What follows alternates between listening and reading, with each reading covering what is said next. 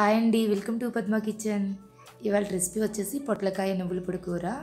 దీన్ని చాలా టేస్టీగా ఈజీగా తయారు చేసుకోవచ్చండి.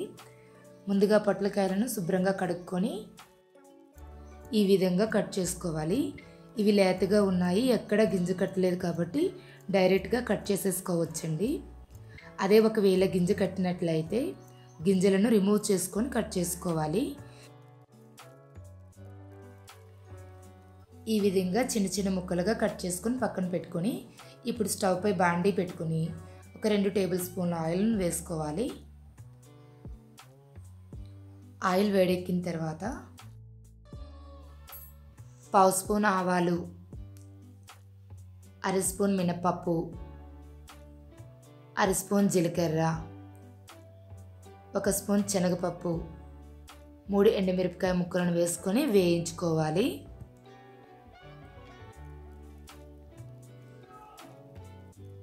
కొంచెం కరివేపాకు, ఒక 8 వెల్లుల్లి రెబ్బలు వేసుకొని మరొకసారి వేయించుకున్న తర్వాత ముందుగా కట్ చేసుకున్న పొట్లకాయ ముక్కలను వేసుకోవాలి.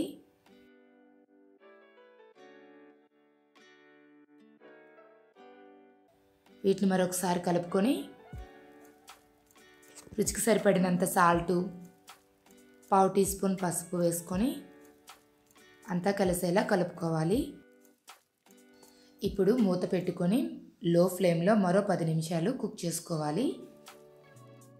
మధ్య మధ్యలో కలుపుతూ కుక్ చేసుకోవాలి.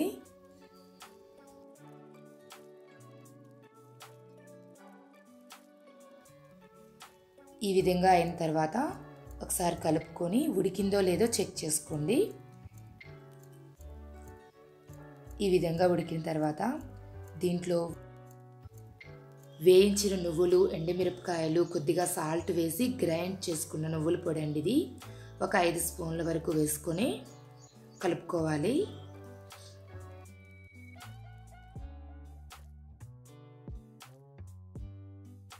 మరో నిమిషం ఫ్రై చేసుకొని పైన కొద్దిగా కొత్తిమీర వేసుకొని సర్వ్ చేసుకుంటే ఎంతో రుచికరమైన పొట్లకాయ నువ్వుల పొడి కూర రెడీ అండి.